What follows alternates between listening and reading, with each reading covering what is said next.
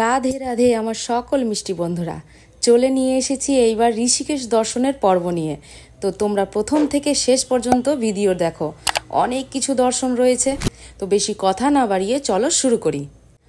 তো আমরা বেড়ানোর আগে খুব সকাল সকাল স্নানের করার জন্য এইবার আমরা আমরাপুর বাঁধানো সুন্দর ঘাটে চলে এলাম।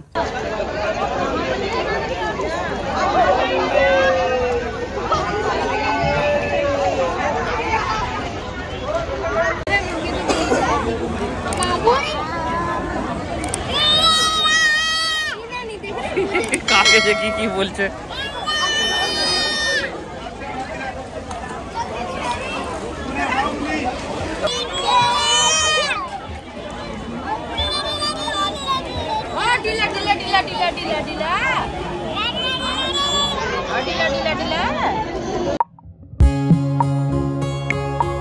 এখানে চেঞ্জিং রুম করা রয়েছে, বেশ ভালোই ব্যবস্থা আছে। এই দেখো আমার কৃষ্ণাকে স্নান করিয়ে দিলাম। এত সকালে এসেও দেখছি ভক্তদের ভিড়। আমার কৃষ্ণা তো মা গঙ্গাকে দেখে খুবই আনন্দ।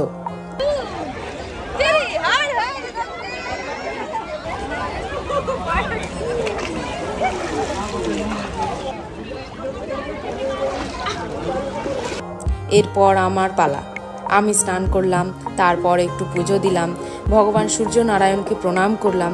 এরপর ওপরে উঠে রওনা দিলাম হোটেলের দিকে।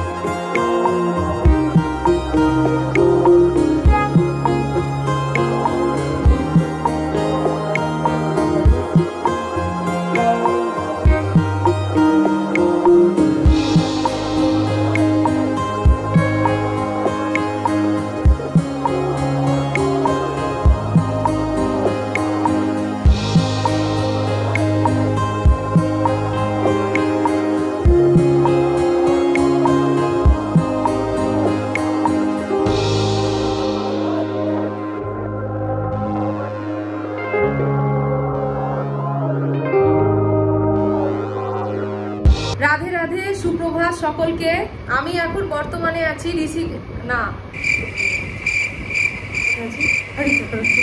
এখন হরিদ্বারে আছি, আর আজকে যাব ঋষিকেশ।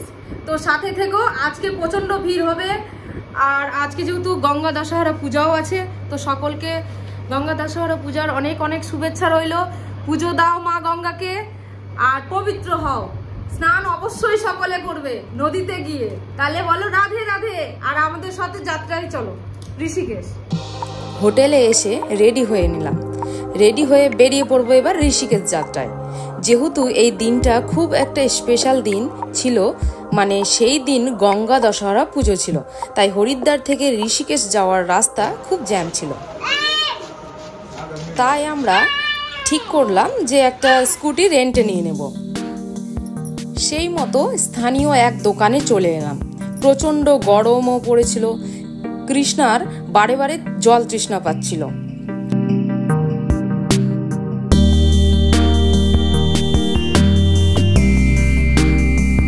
তো আজকে ঋষিকেশ যাওয়ার আগে আমরা স্কুটি রেন্টে নিলাম, কেননা আজকে ভিড় প্রচণ্ড হবে আর পুরো জাম থাকবে। তো স্কুটি নিলে তাড়াতাড়ি আমরা অলিগলি দিয়ে বেরাতে পারবো বলে, আর কাপল থাকলে আরো ভালো, কিন্তু ফ্যামিলিতে অনেকজন থাকলে তো গাড়ি করতেই হবে। আমরা স্কুটি নিলাম এই দোকানটা থেকে। আমাদের নিল স্কুটি ভাড়া 600 টাকা, ডিপোজিট নিল 2000 টাকা, মানে বাই চান্স যদি কিছু হয়ে যায় তখন থেকে কাট পড়বে। আর টাইম থাকছে আমাদের রাত্রি 11টার মধ্যে জমা দিতে হবে পুরো দিন। আর তেল নিজেকে ভরতে হবে, এটা মনে রাখতে হবে। তাহলে বেরাচ্ছি, চলো। হরিদ্বার থেকে ঋষিকেশ যাওয়ার দূরত্ব হল 20 কিলোমিটার। আমাদের সময় লাগবে 40 মিনিট। ঋষিকেশ স্কন্দ পুরাণে উল্লেখিত পৌরাণিক কেদারখণ্ড এর অংশ ছিল।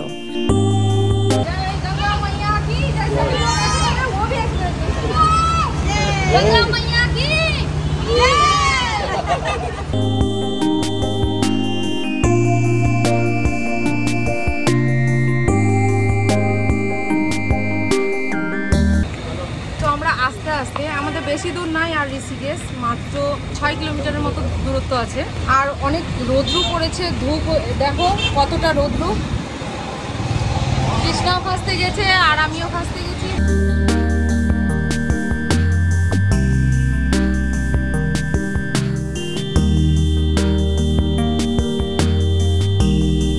গরমের সাহারা ছাঁচ, মশালা ছাঁচ, কি ভালো লাগছে।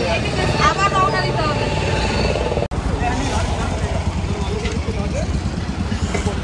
এখানে একদম ফ্রিতে দেওয়া হচ্ছে, সেবা হচ্ছে, এত ভালো সেবা হচ্ছে। ले लिए পেট বাড়িয়ে। খুব সুন্দর লাগলো। আর এটা গুরুদুয়ার থেকে যত সম্ভব আমার মনে হচ্ছে। তো এরকম রাস্তায় পুরো। আর দেখো সেবাটা, জাস্ট দেখো যে ফেলে দিচ্ছে মানুষ, এখানে ঝাড়ুটাও পর্যন্ত এনারা দিচ্ছে। একদম সম্পূর্ণ ফ্রি সেবা। একেই বলে ধাম সেবা। ধামে আসলে সবকিছু পাওয়া যায়।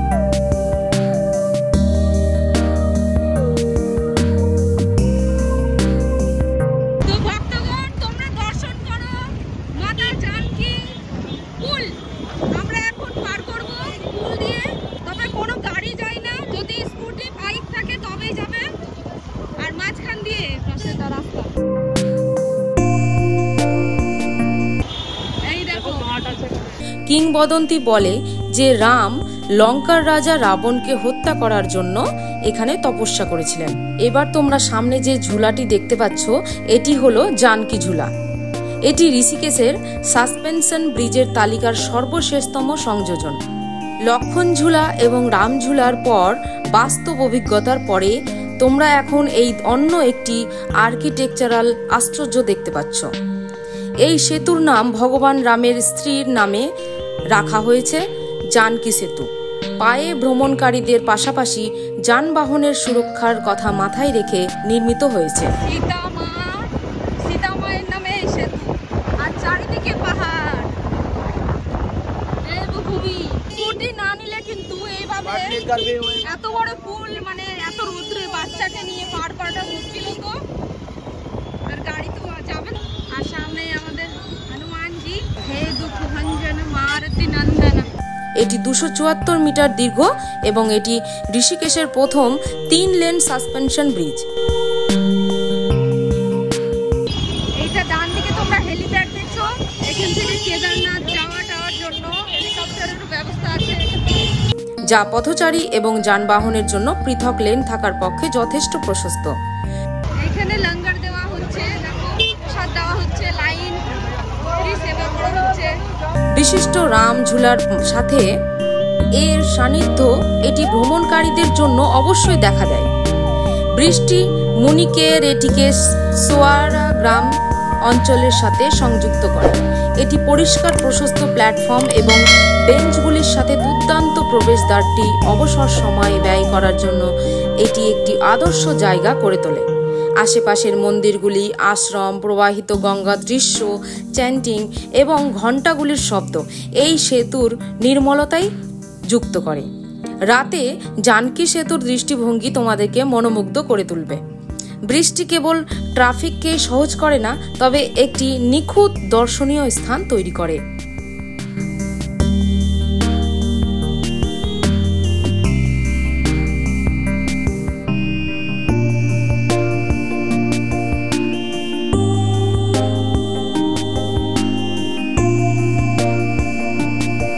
তোমরা এখন দর্শন করছো গঙ্গা মাকে।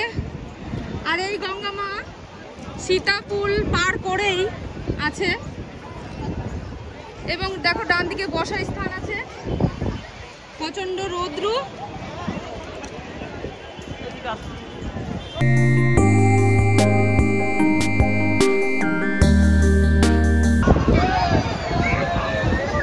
তোমরা দর্শন করছো মায়ের অপূর্ব। আর এই যে দেখছো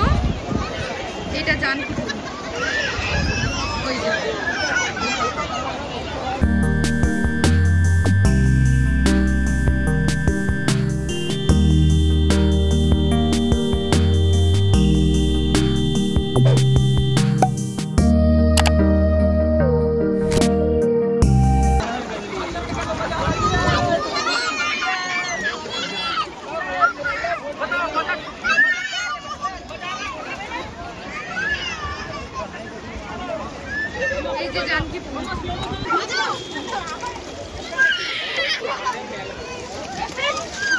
আমার কৃষ্ণা আচমন করছে দেখো। এটা হলো আসল সনাতনী হওয়ার পরিচয়। দেখো আমি ওকে কিছুই শেখাইনি, এটাতে আচমন করছে। হরে কৃষ্ণ মহাপ্রভু, ধন্যবাদ।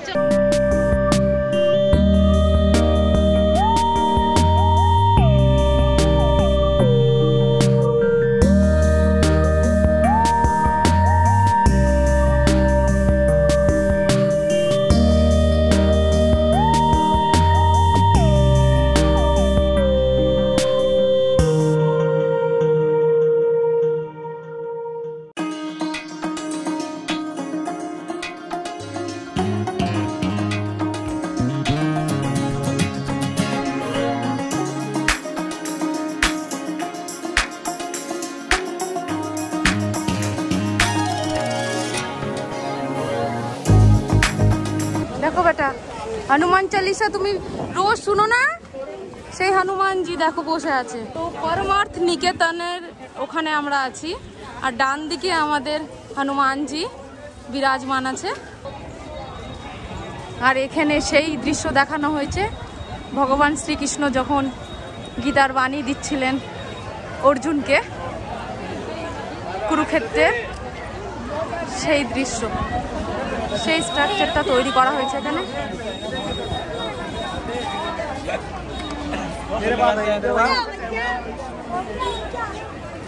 আর পরমার্থ নিকেতন সামনেই আছে, ওখানে এখন আমরা যাব। গার্ডেনের মতন ব্যবস্থা করা আছে, তো চলো দর্শন করি। জানকী ঝুলা দর্শনের পর এবার দেখো চলে এসেছি আমরা এই বিখ্যাত আশ্রমে প্রবেশ করছি। হিমালয়ের কোলে গঙ্গার কিনারায় এই আশ্রম স্থাপিত রয়েছে। খুব সুন্দর পরিবেশ এখানে, মানে একটু বসার জায়গা আছে, কত সুন্দর রেস্ট নিতে পারো। গাছ, মানে গাছ টাছ ভালো সুন্দর গার্ডেনের মতন করা রয়েছে। এখানে ঘুরো, বিশ্রাম নাও, কেউ কিছু বলবে না। আর হ্যাঁ, সামনেই দেখো আমাদের নটরাজ বাবা। 1942 সালে সাধু সুখদেবানন্দ সরস্বতীজি মহারাজ স্থাপন করেছিলেন এই আশ্রমটি। 1986 সাল স্বামী চিদানন্দ সরস্বতী এর অধ্যক্ষ এবং আধ্যাত্মিক মুখ্য রয়েছেন। এই যে সিটগুলো দেওয়া আছে বসার জন্য। এখন প্রচন্ড রৌদ্র, বিকেল বেলার সময় বসে শান্তি আছে। আত্মিক অভিনন্দন, খাবার জল। আর ওই যে দেখো গাছের নিচে কে আছে, গাছের নিচে কে লুকিয়ে আছে একটু দেখো তো। ওই যে দেখা যায় আমাদের নন্দলালা। পরমার্থ আশ্রম ঋষিকেশের সব থেকে বড় আশ্রম। এখানে 1000-এরও বেশি রুম রয়েছে। আশ্রমে প্রতিদিন প্রভাতে সামূহিক পূজা, যোগ, ধ্যান, সৎসঙ্গ, ব্যাখ্যা, কীর্তন, সূর্যাস্তের সময় গঙ্গা আরতি, এই সমস্ত কিছু হয়। এছাড়াও প্রাকৃতিক চিকিৎসা এবং আয়ুর্বেদ প্রশিক্ষণও দেওয়া হয়ে থাকে। তো বলো তোমরা, তোমাদের দর্শন করতে কেমন লাগছে কমেন্টে জানাও। তো আমরা এই ভবনটা থেকে বেরিয়ে পড়লাম বাহির পথে। দেখো কি সুন্দর। আর এখানেই তোমরা বুঝতে পারবা গাছের কি মহিমা না। এই যে গাছগুলো আছে বলে আমরা একটু বসে জিরাতে পারছি। আর যেখানে গাছ নেই শুধু খুঁজছি যে কোথায় গাছ আছে, কোথায় ছায়া আছে। আমার অত্যন্ত প্রয়োজন গাছ লাগানো, যে হারে গাছ কাটা হচ্ছে এখন। আশ্রমে ভগবান শিবের 14 ফুট উঁচু প্রতিমা স্থাপিত রয়েছে। কি সুন্দর আমের গাছ, বড় বড় গাছ রয়েছে, লিচু গাছ, আম গাছ, সব গাছ আছে। আশ্রমের উঠোনে কল্পবৃক্ষও রয়েছে, যেটি হিমালয় বাহিনীর বিজয়পাল বাঘেল রোপণ করেছিল। আশ্রমের মাঝ বরাবর একটি পথ চলে গিয়েছে এক ঘন বাগানের মধ্যে দিয়ে। এখানে খুব সুন্দর সুন্দর বড় বড় বৃক্ষ রয়েছে, যেমন আম, জাম, কাঁঠাল, আরও অনেক ধরনের বিভিন্ন রকমের গাছ রয়েছে। এই গাছের নিচেই বড় প্যান্ডেল করে ভান্ডারা দেওয়া হচ্ছিল দেখলাম। তারপর আমরাও প্রসাদ পাওয়ার জন্য লাইন দিলাম। তোমরা শুধু স্পিড দেখো, এদের কাজের কি স্পিড। প্রসাদী করা হচ্ছে, এখানে রাম কথা হচ্ছে, ওখান থেকে কুপন দিল আমাদেরকে। ভগবান শ্রীরামের প্রসাদ পাওয়া ভাগ্যের ব্যাপার। আর যখন সেই প্রসাদ পাওয়ার সুযোগ এসেছে তো আর কি ছাড়া যায়, প্রসাদ তো পেতেই হবে। কিছুক্ষণ লাইনে দাঁড়ানোর পর আমরা ঢুকে পড়লাম সেই শিবিরে, বসে পড়লাম প্রসাদ পাওয়ার জন্য। খুব আনন্দ হচ্ছিল। প্রসাদের মধ্যে রুটি, ভাত, সুজির হালুয়া, সবজি, ডাল, ভীষণ সুস্বাদু ছিল প্রসাদগুলি।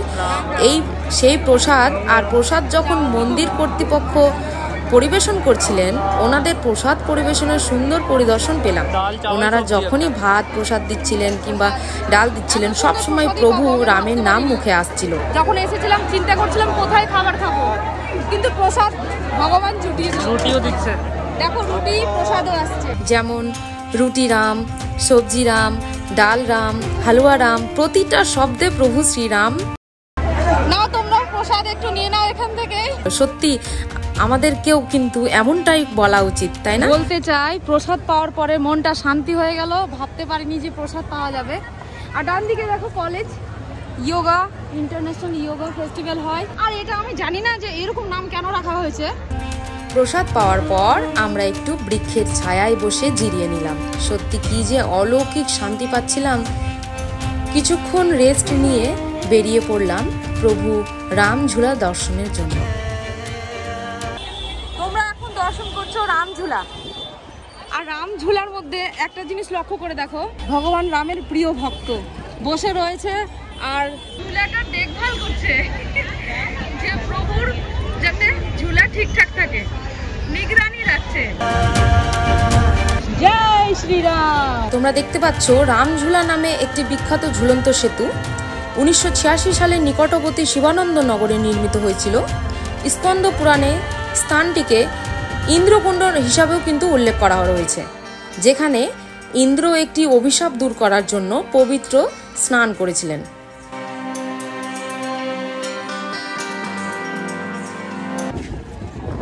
ভাবতে পারছি না এত বড় স্বপ্ন পূরণ হলো। আমরা আছি এখন রামঝুলার উপরে, আর এটা সেই সেতু যেটাতে কোনো পিলার নেই, এটা একটাও পিলার নেই, দড়িতে আছে, একদম দড়িতে, একদম হ্যাঙ্গিং যাকে বলে।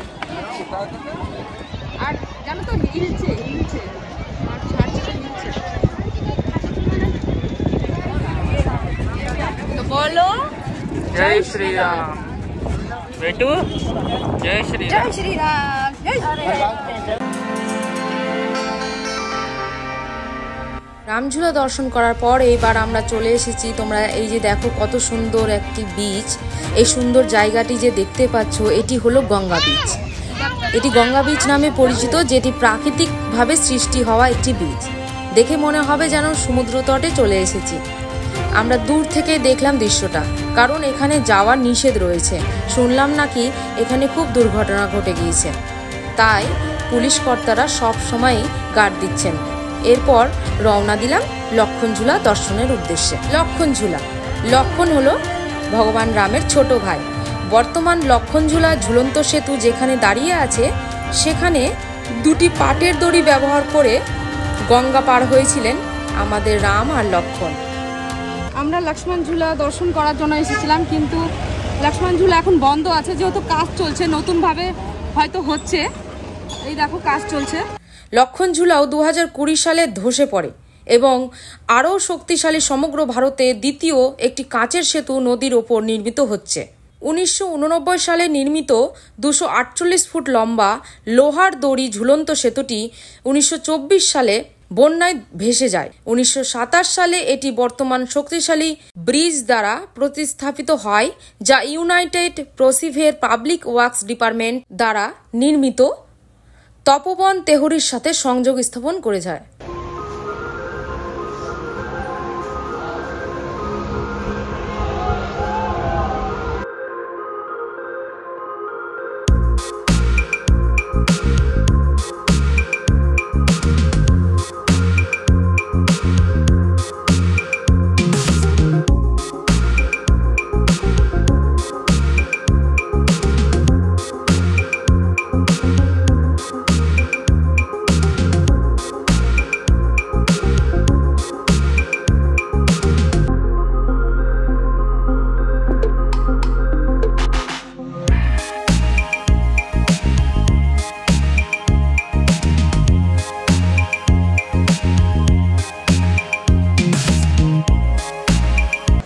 ভক্তগণ, আমাদের যাত্রা কমপ্লিট। এখন আমরা বাড়ির পথে, প্রায় সন্ধ্যের সময় হয়ে আসছে আস্তে আস্তে। তো এখন বাড়ি যাচ্ছি তো করে, জানি না আবার জাম আর একদম লক্ষ্মণ ঝুলার পাশে আছে। এখন আবার রিটার্ন করবো হরিদ্বারে। ওখানে মাকে রেখে এসেছি, মাকে নিয়ে আসতে পারিনি এই যাত্রায়, কারণ অনেকটা জাম ছিল, ভিড় ছিল।